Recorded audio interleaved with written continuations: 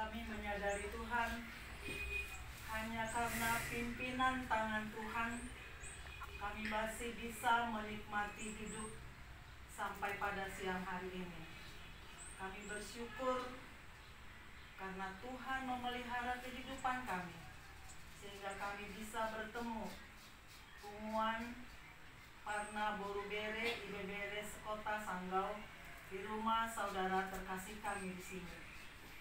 Tuhan, lewat persekutuan kami ini, kami rindu mendengar firman Tuhan sebagai bekal kehidupan kami. Untuk itu kami memohon kehadirat-Mu. Tenangkanlah hati kami agar kami bisa mendengar kebenaran firman-Mu dan kami lakukan dalam kehidupan kami sehari-hari. Hadirlah Roh-Mu Tuhan di tengah-tengah kami. Kami siap untuk mendengar. Dalam nama anak-Mu Tuhan Yesus Kristus, kami berdoa dan mengucap syukur. Amin.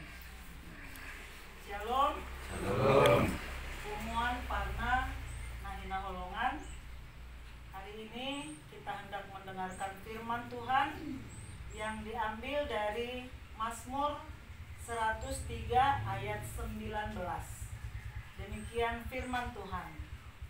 Tuhan sudah menegakkan tahtanya di sorga dan kerajaannya berkuasa atas segala sesuatu. Bapak Ibu yang terkasih di dalam Tuhan Yesus,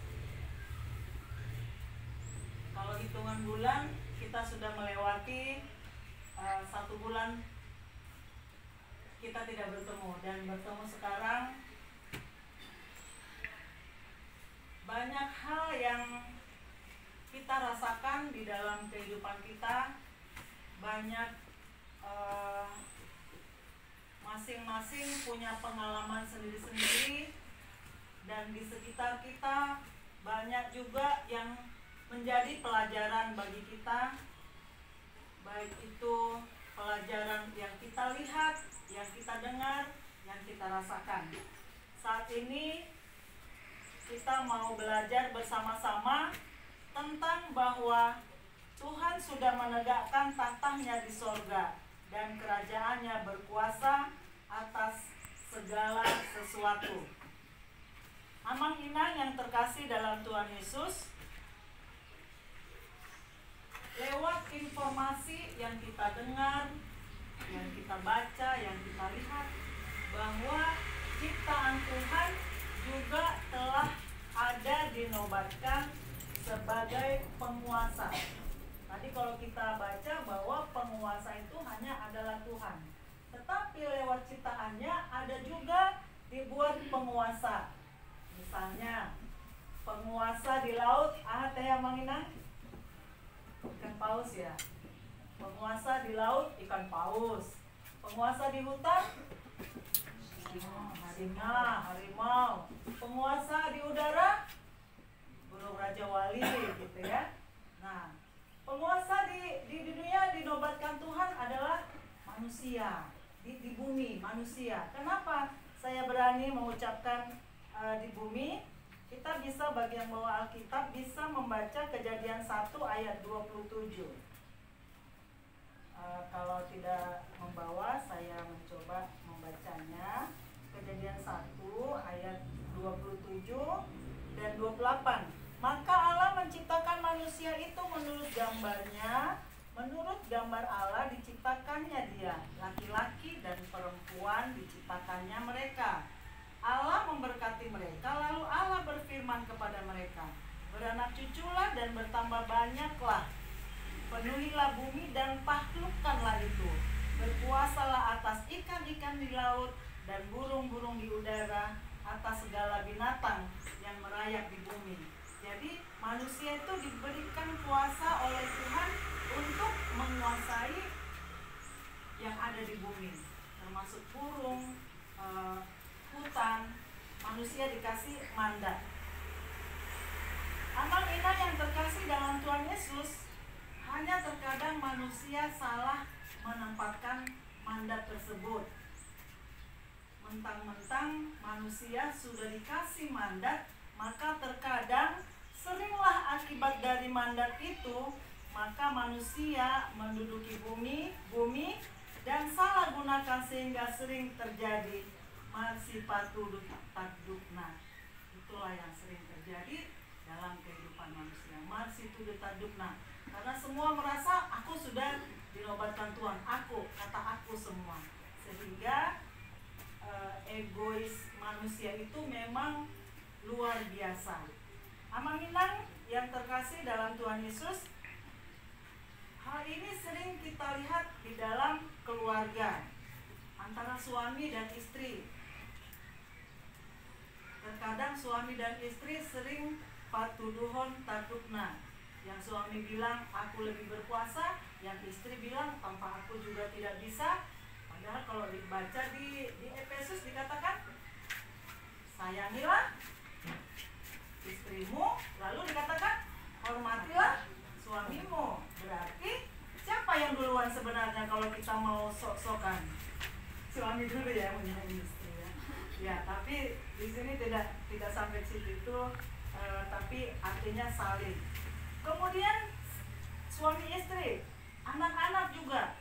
Selalu 3 anak kita bisa-bisa 3-nya ini akan merasa aku yang lebih disayangi, atau aku yang merasa di nomor satukan. Demikianlah terjadi ego-ego setiap manusia ciptaan Tuhan. Dan sering juga yang kita dapatkan di dalam pekerjaan, di mana kita bekerja, di mana kita berorganisasi, di mana kita berkumpul, di mana ada komunitas, masih sering juga terjadi siapa yang lebih berkuasa. Yang atasan bilang aku adalah bos, yang yang bawahan merasa aku bos. Jadi sering terjadi. Kemudian amanginang di dalam bernegara juga. Kita bangsa Indonesia mungkin yang lagi viral sekarang, tentu kita sama-sama tahu bahwa negara kita sedang dicobai oleh keadaan yang mau membuat negara kita ini porak-poranda. Mungkin kita bisa lihat dari medsos, berita atau apa. Itu semua terjadi karena apa? Karena merasa setiap orang merasa saya sudah diberi mandat oleh Tuhan. Makanya suka-suka saya lah berbicara apa. Itulah yang kejadian sekarang kita lihat. Lalu amanginang bagaimana kita sebagai anak pilihan Tuhan yang sudah mendengarkan firman ini, bahwa di atas segala kuasa itu hanya ada Tuhan yang berkuasa.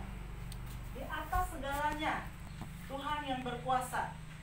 Tidak ada siapapun, apapun yang menandinginya. Terutama pengumuman kita sekarang, kita yang datang ini kurang lebih ada setengah ya? Ada ya? Anggap lebih ya. Nah, setengah pengumuman kita ini, ketika kita semua mendengarkan firman Tuhan ini, bahwa walaupun kita diberikan mandat, tetapi kita harus merasakan bahwa ada Tuhan loh. Ada Tuhan loh di atas kita.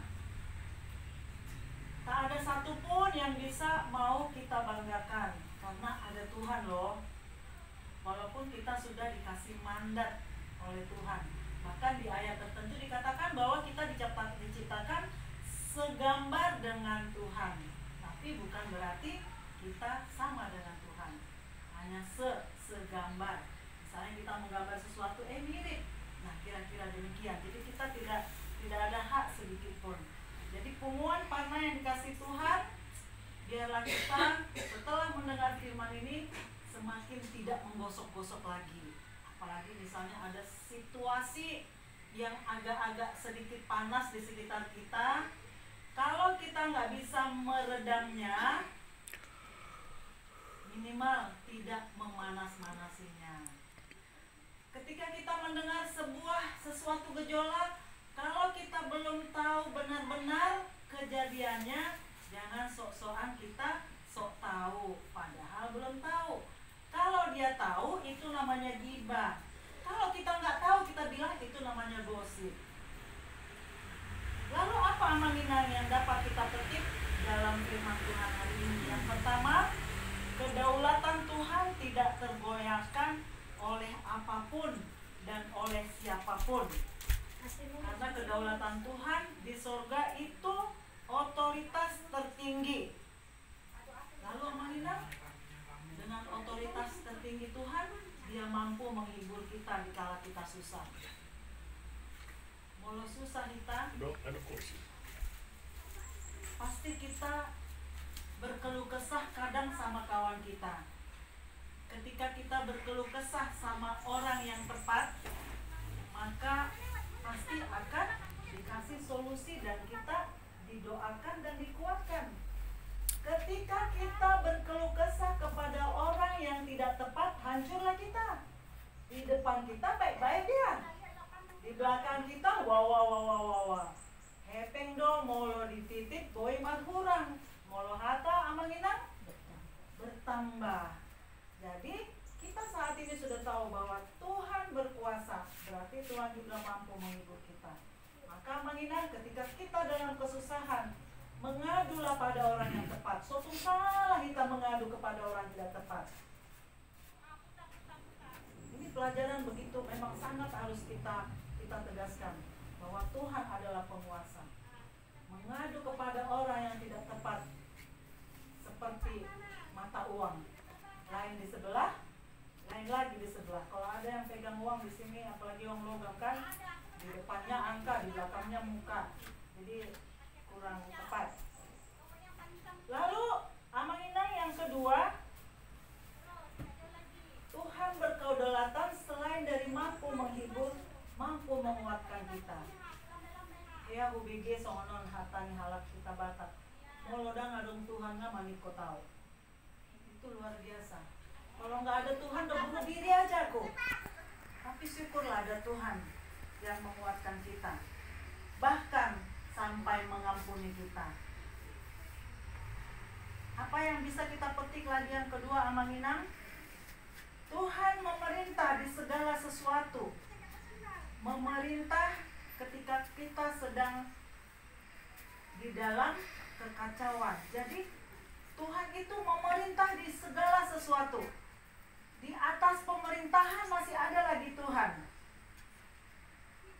Maka Manginang, seperti cerita tadi di bangsa kita, pemerintah kita baik dari atas, dari pusat sampai ke daerah, sedang mengalami krisis pamula-mulaun di medsos, gitu ya. Kalau ada kita yang sampai sakit kepalanya gara-gara nonton berita viral sekarang, saya termasuk.